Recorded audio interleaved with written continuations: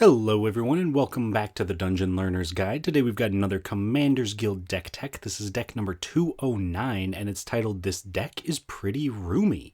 And if you haven't seen the show before, what we're doing is randomly selecting a card from scryfall.com or from among suggested cards, working with a budget of $100 or less and building a commander deck for Magic the Gathering around a theme of the chosen card. So this week, our random card was suggested to us by Thick Tip Sharpie over on Reddit, and that card is Marina Vendrell. So Marina is a white, blue, black, red, green for a 3/5 legendary creature human warlock. When she enters, reveal the top 7 cards of your library, put all enchantment cards from among them into your hand, and the rest on the bottom in a random order. Then you can tap her to lock or unlock a door of target room you control, but only as a sorcery. So obviously, she wants us to lean into some enchantments and some room synergies, but if we're building around Marina as an unspoken rule on the channel, since she is a legendary creature, that means she is in the command zone, so we are a 5-color deck this week, and you can kind of tell what we're doing by looking at her abilities. But let's break it down a little bit more and talk about some of our themes for this deck. The very first one is probably the most obvious one, and that is going to be rooms. Since rooms have only been printed in Duskmourn, we don't have a ton of them to use, but at the same time, there's actually a surprising number of them once we include all 5 colors, and we have some rooms that can really help us with our kind of wonky mana base. And an example of that is going to be Greenhouse and Rickety Gazebo. Greenhouse, 2 and a green, that simply says lands you control, have tap, add 1 mana of any color, and Rickety Gazebo, 3 and a green. When you unlock this room, mill 4 cards, then return up to 2 permanence cards from among them to your hand. Now, the way that rooms work, just to make sure that we're all on the same page, is that they are enchantments, and in terms of their mana value, when you go to cast one of the enchantments, so if we go to cast Greenhouse, it's 2 and a green. We cast it, it enters the battlefield. Only Greenhouse is unlocked, not Rickety Gazebo, so we don't get Rickety Gazebo's effect. However, at any point, we can pay its mana value to unlock it, and therefore then get both effects. While it's on the board, its mana value is equal to whichever part of the room is unlocked, and if both are unlocked, it has a combined mana value. And that may be important later. So hang on to that. But as we're going to move on through our themes, we're of course starting with rooms. Our next major theme is going to be Enchantress. Since rooms are enchantments, we're able to play cards like Sithis Harvest's Hand in order to maximize the rewards and the benefits that we're getting from our enchantments. So Sithis is green and a white for a 1/2 legendary enchantment creature nymph. Whenever you cast an enchantment spell, you gain a life and draw a card. Now, there's a couple of key things that we want to make sure we're aware of as we're putting this deck together. One, our enchantment effects like Sithis don't care about unlocking rooms. That's something that only our eerie creatures care about, which we do have in the deck as well. But since we're going to be messing around with enchantments, it only makes sense to have Enchantress effects like Sithis to continuously draw cards, refill our hand, and then hopefully flood the board with some rooms. Moving on though to our last major theme, this one is going to be gates. Since we are a 5-color deck, you may have noticed in the past that I tend to lean pretty hard on gates when I'm building 5-color decks, and that's mainly because they're an incredibly cheap way to pretty much have perfect mana. It's very rare to build a gates deck that can't do what you want it to do, and so because of that, we are playing some gate payoffs as well, simply because if we're loaded up on gates in our mana base, we may also be playing cards like Guild Summit. And Guild Summit is 2 and a blue for an enchantment. When it enters the battlefield, you may tap any number of untapped gates you control, draw a card for each gate tapped this way, and whenever a gate enters the battlefield under your control, draw a card. So ideally, we are loaded up with enchantments, we're loaded up with gates, so we should be able to play a land, draw a card, cast an enchantment, draw another card, and just kind of keep outvaluing our opponents with our Enchantress and our gate synergies. Now, obviously, that's not going to straight up win us the game, But we're going to talk a little bit about that once we get into our key cards. So once we start highlighting some of our key cards, these are cards that synergize really well with what we're trying to do, and in some cases can be value engines or win conditions. So the first key card that I want to highlight is going to be Ghostly Dancers, one of our most efficient win conditions in the deck. It is 3 white for a 2/5 spirit. It has flying. When it enters, return an enchantment card from your graveyard to your hand, or unlock a locked door of a room you control. Then it has Eerie. And Eerie is the upgraded Enchantress effect, so whenever an enchantment you control enters, and whenever you unlock a room, create a 3/1 white spirit creature token with flying. Being able to play a 2/5 body that flies and return something from our graveyard, and then can also keep making all of these giant 3/1 ghosts, is something that can pretty quickly end the game, because we're very efficient when it comes to playing enchantments, unlocking rooms, and just accruing value. And by making a creature every single time we're doing that, we're able to really get out of hand quickly. Moving on to our next key card, this one is going to be Inquisitive Glimmer. An Inquisitive Glimmer, a white and a blue, for a 2/3 enchantment creature, Fox Glimmer. Enchantment spells you cast cost 1 less to cast, and unlock costs you pay cost 1 less. We are loaded up on a bunch of cards that specifically make our enchantments cheaper, but Inquisitive Glimmer is the only one that's going to make our enchantments cheaper while also making our unlock costs cheaper. So it really pulls double duty in this deck, especially when we're loaded up on so many rooms. Being able to pretty much turn all of our enchantments into a single mana cheaper is one of the best and most efficient ramp spells that we can have in the deck. So even though we have traditional ramp and being able to put extra lands into play, this is going to be significantly more effective because it's going to give us more mana throughout the course of a game. Moving on to our final key card, this one is Central Elevator and Promising Stairs. And other than all of the stuff that we've talked about with making our enchantments cheaper, making some spirits with Ghostly Dancers, being able to play some gates, this is the win condition for the deck. Because it is, of course, an enchantment room, Central Elevator, 3 and a blue. When you unlock this door, you search your library for a room that doesn't have the same name as a room you control, and put it into your hand, then shuffle so we can get any room that we're looking for. But the more important part here is Promising Stairs, which is 2 and a blue, and at the beginning of your upkeep, surveil 1, then you win the game if there are 8 or more different rooms among unlocked rooms you control. So if we have 8 rooms, which is very likely in this deck, we have a ton of rooms, we're very quick and efficient at getting them into play, then all we have to do is make it to our upkeep and we just straight up win the game. And with Ghostly Dancers making a ton of flying creatures, with Inquisitive Glimmer letting us cast a bunch of our spells cheaply, it's not unlikely that we can drop Promising Stairs with the 8 rooms ready to go and just have an army of creatures that are able to protect and defend us. Plus, we're still in blue, we're still in white, we have interaction spells if we need it. So this is one of those win conditions that looks a little bit clunky on the surface, but in practice is actually quite efficient, and honestly is one of those win conditions that if you're not a fan of just auto win buttons, you may actually want to think about removing it from the deck. It is genuinely that good in this deck. But that's enough about Promising Stairs and Central Elevator.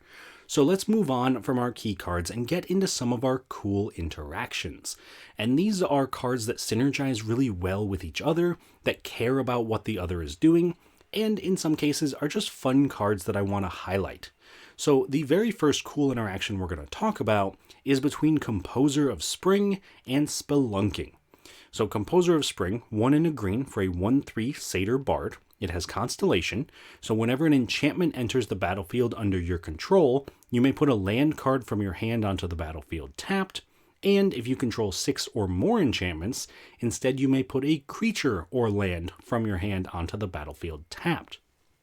Normally, entering tapped would be a huge restriction, but when we combine that with Spelunking, which is 2 and a green for an enchantment, when it enters the battlefield, draw a card, then you may put a land card from your hand onto the battlefield. If you put a cave onto the battlefield this way, you gain 4 life. quick spoiler alert, we don't have any caves in the deck. It's not actually in here for that purpose. What it's in here for is that second line of text that says lands you control enter the battlefield untapped. Because we're playing so many gates in this deck, this is one of the most efficient ways to essentially turn our gates into dual lands that just enter the battlefield untapped. And then, since we're so loaded up on enchantments, we can combine that with Composer of Spring. We draw a ton of cards with this deck. We are able to put some lands into play with Composer, and then they're going to enter untapped because of Spelunking, allowing us to potentially cast more spells, which could be enchantments, which then puts more lands into play. And this is a pair of cards that, when not interacted with by our opponents, can very easily put us in a position to win the game, either the next turn or possibly the turn after if we're starting to run out of lands. But either way, both of these cards are phenomenal on their own in the deck, but when combined, they really just kind of kick us into almost a turbo mode.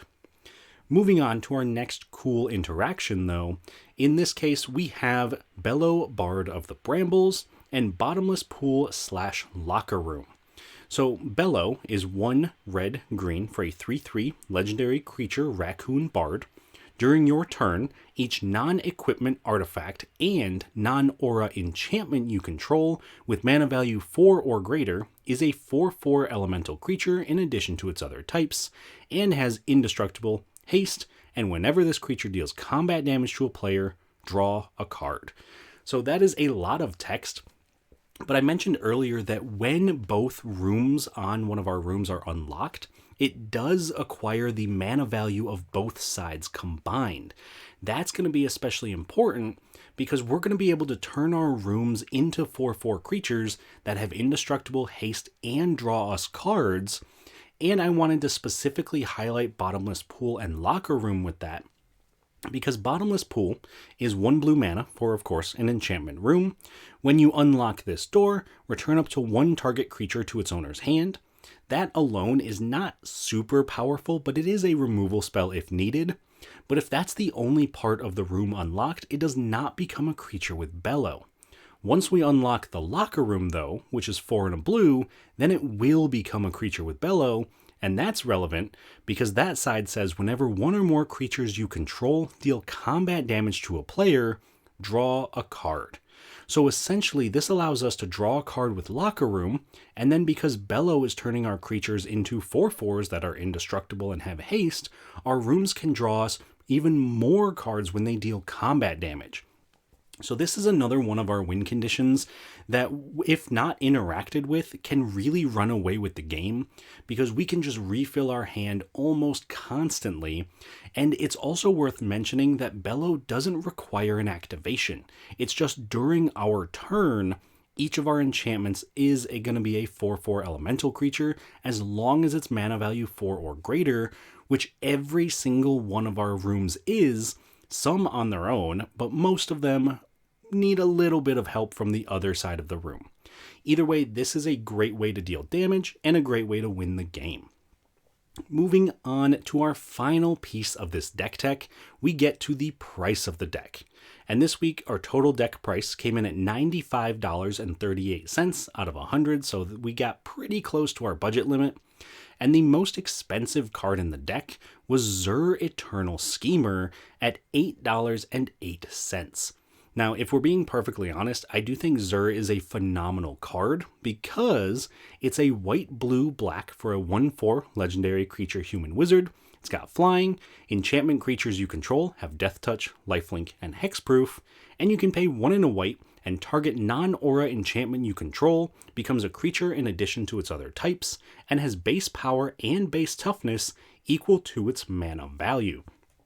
This is another way we can really benefit from the combined mana value of our rooms. Being able to play a 1 mana room and then unlock the 5 mana side, turning it into a 6/6, is incredibly powerful with Zur, especially when it then has Hexproof, Lifelink, and Death Touch, and we can just kind of activate this out of nowhere because for only 5 mana, we can drop Zur and activate something the same turn. Now, because of that, and because Zur is such a powerful card, it does currently see a lot of play in Standard in the Domain Overlords deck, which is slowly creeping up the price of this card. So while it is very expensive, I would expect it to drop a little bit once standard rotation hits. I do believe that it's from Dominaria United, so it should be rotating in the next rotation. With that being said, though, I can't promise that because I know that prices with rotation have been a little weird. So if you are waiting to pick up Zur, I would recommend probably wait until standard rotation, but I wouldn't expect it to drop down and be a bulk rare either. So that is something to be aware of. However, if you do need to trim Zur from the deck, you can certainly do so and drop the price. But if you're looking for a card to increase the price of the deck and just kind of increase the general power of the deck, I do have a suggestion for you there as well. And that card would be Dryad of the Elysian Grove. And if you're putting a card in, obviously you got to take a card out. So the card I would recommend taking out is Jukai Naturalist. So starting off with the Dryad, it is 2 and a green for a 2/4 enchantment creature Nymph Dryad. You may play an additional land on each of your turns, and lands you control are every basic land type in addition to their other types. The main reason that I would include this in the deck is, one, it's an enchantment, so it triggers a lot of our effects in the deck, but also it means that all of our lands can tap for any color of mana, and in a 5-color deck, that is an invaluable piece of tech. Being able to tap a, say, Gruul Guildgate for a blue mana could mean the difference between being able to cast all of our spells and tap all of our lands, and not having the colors we need at any point in the game. So I think Dryad is incredibly important. Plus, it's a great ramp piece. Being able to play an additional land each turn can be very powerful, especially in the early game. But, like I mentioned, if you are including it in the deck, you do have to cut a card from the deck. So in that case, I would recommend Jukai Naturalist, which is a green and a white for a 2/2 enchantment creature human monk. It's got lifelink, and enchantment spells you cast cost 1 less to cast. Now, again, I do really like Jukai Naturalist. This was one of those cuts that when I was looking at the deck, I really struggled to find a card to cut. 5-color, also already difficult to cut cards from, but enchantments in general just have so many powerful effects that choosing to replace one card is very difficult. In this case, though, I think Jukai Naturalist is one of the, I'm going to say the word worst, but it's certainly not a bad card by any means. But it's one of the worst cost-reducing effects that we have, because simply all it does is reduce the cost of our enchantments. Yes, it's an enchantment itself and it can do some work there, but a lot of our enchantment cost reducers also do other things on top of it. They might gain life, they might get +1/+1 counters, they might draw cards. So being just an enchantment reducer means that it's not quite where we want to be, and honestly, we just have so many of them that cutting one isn't the end of the world. Plus, we're replacing that reduce in cost with an additional land drop, so it kind of evens out, maybe, but that is my suggestion for the out-of-budget upgrade this week. And the next thing we're going to have to do, obviously, is take a look at how this deck performs in a game. But before we get to that, I do want to highlight some ways that you can help support the channel and shout out our current patrons and channel members for helping us get to this point. So as always, you can join us over on Patreon, patreon.com/dungeonlearnersguide, and right here on YouTube. I'll make sure the link to that is in the description below. But a quick shout out to all of our patrons and channel members. So a thank you goes out to William Swiftfoot, Doodle, Eric Way, Ryder Cole, Jeffrey Boos, Vintage, Salty and Sunshine, Tyler Esme, Sven Van Nimwegen, Paddywhack, Keegan Tawney, Jakar, Galen, Brian Holiday, Richard, and the Oak Monster. So to all of you, thank you all so much. And I will say that I wasn't originally going to plug the Patreon too much, but my Discord has convinced me that I should mention that at the $7 tier, you do get a card shipped to you every single month as a thank you. It is one of the random cards that we build around. But what I don't mention is there's also tokens associated with it. And so, taking a look at the last month's Patreon tokens that went out, we had a clone for Skoa, and of course, Cooler Skoa. We had the goat, which is, LeBron. We got Tarmogoyf wearing a tie, so he can be nice and fancy. We got a banding knight, forming a band. And then we got a Nosferatu vampire. Obviously, I am not an artist by any stretch of the means, but I do my best. I try to make them as fun and as entertaining as possible. So if you would love to own one of these one-of-a-kind tokens on a very fancy and certainly not just a normal index card, then you can always join our Patreon at the $7 tier and our YouTube channel membership at the same level. So for everyone who is at that level, I will be sending out some new tokens very soon along with their cards. So thank you all so much. But without any further ado, let's check out our opponents and see how we're going to do for this week in our game. So this week, we are going to be joined by Vintage playing Elesh Norn, Jason playing Annick Hand of Erebos, and Bilal playing Storm Force of Nature. So starting off with Vintage and his Elesh Norn deck, this is partially a mono-white good stuff deck, but also a mono-white, I don't want to say prison, because I feel like that's too strong of a word, but it focuses on tapping his opponent's creatures and making sure that they can't attack him and they can't do damage to him, and then punishing them if they do, because Elesh Norn alone punishes them, because you've got the front side, but you've also got the back side with the Argent Etchings, being able to just make a ton of incubator tokens and do a ton of damage and then wipe the board. So it's definitely one of those cards that can get out of hand very quickly. So I'm interested to see how that can go. Next up, we have Jason and his Annick deck. So we are not the only Enchantress deck at the table this week. Annick cares a little bit more about the graveyard than anything else, because it wants to mill over some enchantments and then reanimate them with the commander. So that's something to be aware of. I think that we are probably going to go kind of toe-to-toe with Jason when it comes to enchantments. I don't know if we get anything specifically a little overpowered that he doesn't, given that we have red and blue. I know there are some Enchantress effects in blue, and red has some very powerful rooms that we can use, but I'm not quite sure which of our enchantment decks is going to be better, so I guess we'll just have to stay tuned for that one. And then last but not least, my personal vote for the threat at the table, that is Bilal and his Storm deck. And when we say Storm, it is quite literally a Storm deck, but his main focus is actually extra combat tricks. By being able to cast and copy an extra combat trick, he can continuously cast more and more spells with Storm, because whenever she deals combat damage to a player, the next spell he casts has Storm. So by getting multiple combat steps, he can actually cast multiple spells with Storm and kind of just knock people out with a Flying Vigilant Commander. So while I'm very excited to see what he can do with Storm, because I do love the prospect of this commander, I am also very terrified. Storm is a very powerful card, and I think it's one of those cards that if he's allowed to attack once, he probably just wins the game. So hopefully we can put ourselves in enough of a defensive position to defend against it, but we'll see how it goes. Let me know down in the comments who you think is going to walk out our winner. Make sure you get those predictions in. I always love seeing what people think.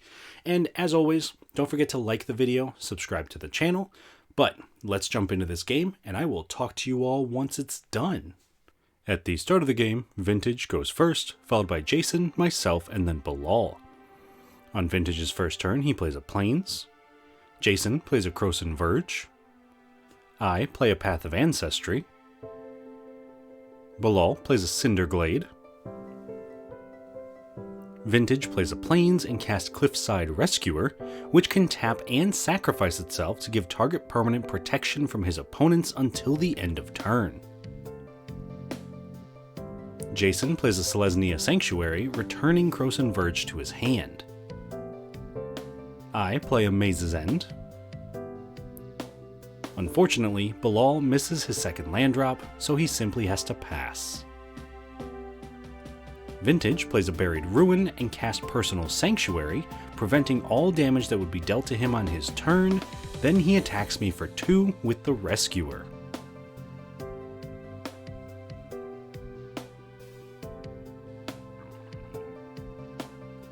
Jason plays a Swamp and casts Nyx Weaver, now milling 2 in his upkeep. I play an island and cast a Guild Summit, letting me draw a card whenever a gate enters under my control. Bilal plays a Tarnished Citadel. Vintage plays a Phyrexia's Core and casts Pacification Array, letting him tap it and pay 2 mana to tap target artifact or creature, then he attacks Bilal for 2. In Jason's upkeep, he mills 2, then casts Victor Valvagoth's Seneschal, which lets him surveil 2 when an enchantment enters under his control, makes each opponent discard a card when a second enchantment enters on a turn, and returns a creature from a graveyard to the battlefield under his control when a third enchantment enters. He then replays the Krosan Verge and passes. I play a Plaza of Harmony, then cast Experimental Lab, manifesting Dread, putting 2 +1/+1 counters and a trample counter on the manifested creature.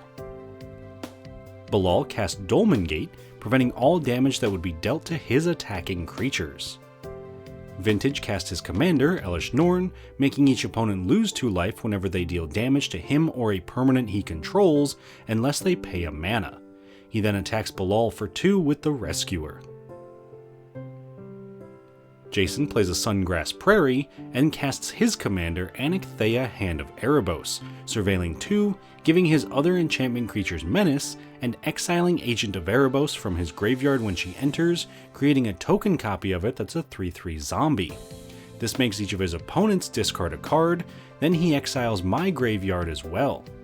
He moves to combat, attacking me for 2, and attacks Vintage for 3, also making Jason pay 2 life thanks to Elesh Norn.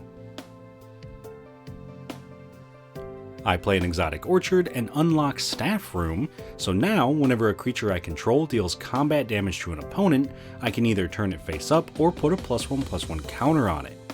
This lets me attack Jason for 4 with my manifest creature, turning it face up when it deals damage to reveal Doomwake Giant, which gives my opponent's creatures -1/-1 whenever an enchantment enters under my control. In my second main phase, I cast Starfield Mystic, making my enchantment spells cost 1 less to cast, and putting a +1/+1 counter on it whenever an enchantment goes to my graveyard from the battlefield. Bilal plays a mountain and casts Kodama's Reach, searching his library for 2 basic lands, putting 1 into his hand and the other into play tapped.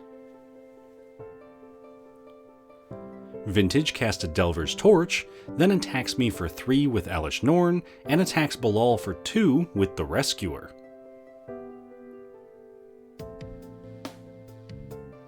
In Jason's upkeep, he mills 2, then plays a Plains, and casts Nesting Dovehawk, which gets a +1/+1 counter whenever a token enters under his control, and when he moves to combat, allowing him to proliferate.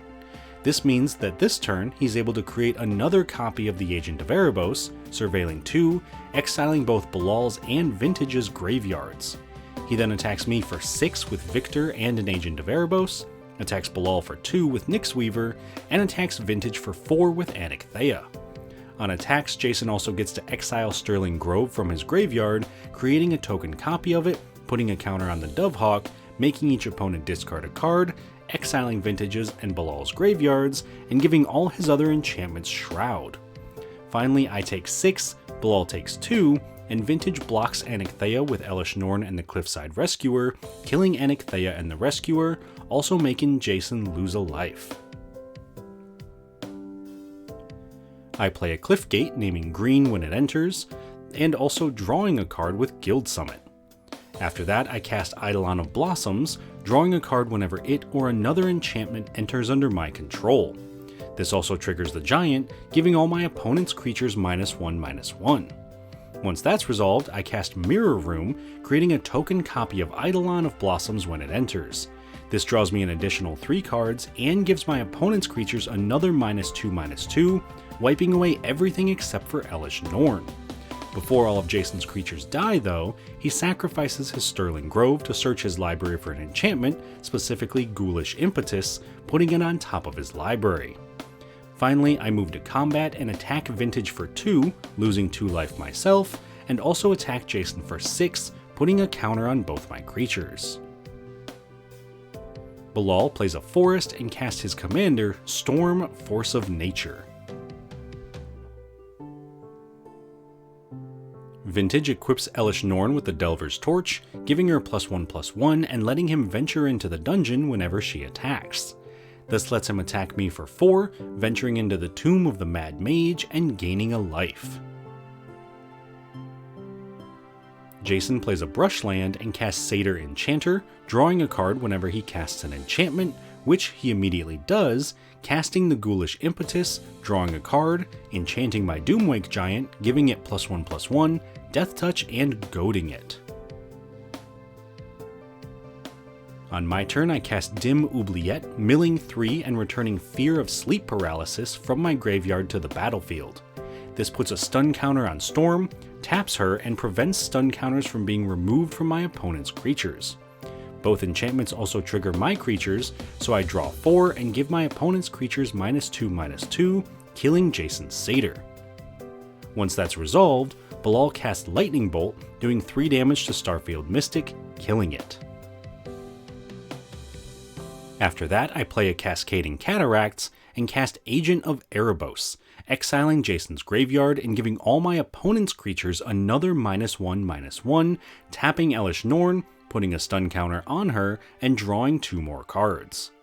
Finally, I attack Vintage for 8, losing 2 life, and attack Bilal for 4 with both Eidolons, putting a counter on each creature that deals combat damage. Bilal cast Ral Monsoon Mage, making his instant and sorcery spells cost 1 less to cast, and also flipping a coin when he casts an instant or sorcery on his turn, doing a damage to Bilal if he loses, and transforming Ral if he wins.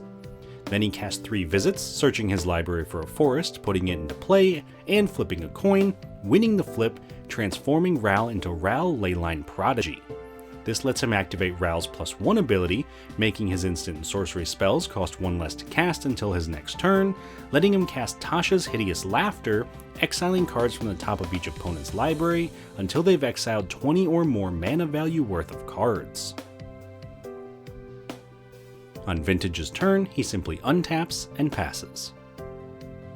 Jason cast Crufix's Insight, revealing the top 6 cards of his library, putting up to 3 enchantments from among them into his hand, and the rest into his graveyard. Unfortunately, the only enchantment in his top 6 is a Ghostly Prison, so that's all he's able to put into his hand. He does though cast the Ghostly Prison, now making any opponent pay 2 mana to attack him. I play a Simic Guildgate, drawing a card, then cast Boon of the Spirit Realm, putting a blessing counter on it when it or another enchantment enters under my control, and giving my creatures +1/+1 for each blessing counter on it. This triggers my board of creatures, exiling Bilal's graveyard, giving all my opponent's creatures -1/-1, putting another stun counter on Storm, and drawing 2 cards. Then I cast Cadaver Lab, returning Starfield Mystic from my graveyard to my hand, exiling Jason's graveyard, giving my opponent's creatures -1/-1, putting a stun counter on Elesh Norn, a blessing counter on the Boon, and drawing 2. After that, I cast an Underwater Tunnel, surveilling 2, exiling Vintage's graveyard, giving my opponent's creatures -1/-1, putting a stun counter on Elesh Norn, a blessing counter on the Boon, and drawing 2.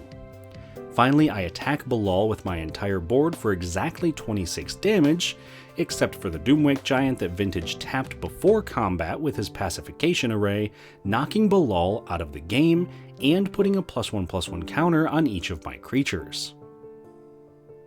Vintage plays a Skyclave Basilica and foretells a card. After Jason draws for his turn, at this point neither Vintage nor Jason can see a way to stop me from knocking them out over the next 2 turns, so they both decide to concede, winning me the game.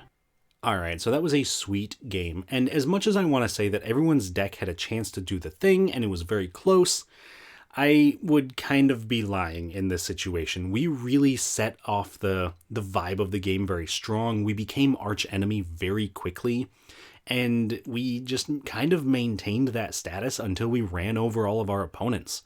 If we're being honest, I did not expect Rooms to perform that well. I thought it was going to be strong, but I didn't think it was going to be arch enemy and still win the game levels of strong. And I think part of it is our opponents couldn't find removal. They couldn't deal with what we had on the board. And a lot of our opponents also had their removal tied to creatures and their value tied to creatures, which really got shut down by our Doomwake Giant and by the fear of sleep paralysis. So our deck really just did what it wanted to do, kind of unimpeded, and just kind of pushed its way to victory through value.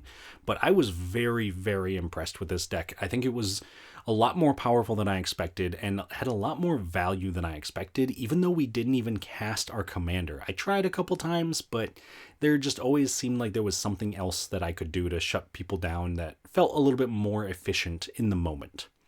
Moving around the table, though, to talk about our opponents, Bilal's deck really didn't get off the ground. By the time Storm came down, I was able to keep tapping her, and he really struggled by missing his land drops early on. I know that Bilal is planning to bring Storm back, so hopefully we'll get to see her perform in the future. Vintage also kind of suffered a similar fate. He hit 4 mana and then really could not find a 5th land until just at the end of the game. So he really struggled to get anything going, and while he was still playing spells most turns, he was leaning pretty heavily on Elesh Norn, and unfortunately he wasn't getting hit by a ton of creatures. It was just kind of one giant creature. It wasn't quite having the effect that he wanted it to have. And then last but not least, we of course have Jason and Anakthea. He also put up a very good fight, but I think that us wiping his board with the Doomwake Giant and then exiling his graveyard with Agent of Erebos really just kind of sealed his coffin in that game. There wasn't much he could do at that point. Every time he tried filling his graveyard, we could just exile it. All of his creatures that he wanted to use to gain value, we could just kill. So it really was not the matchup for Jason, and I didn't expect it to be that one-sided. I think we really got lucky with an early Doomwake Giant, but overall, I think it was a fun game. Maybe my opponents might disagree in this one, but I had a good time at least. I hope everyone watching also had a great time. Please let me know down in the comments if there's any suggestions you have for future videos. I always love building decks and making cards work that are sometimes not intended to work. So thank you all so much for watching. Please don't forget to like the video and subscribe to the channel if you haven't already. And otherwise, thank you again, and I will see you on the other side of the Dungeon Learner's Guide.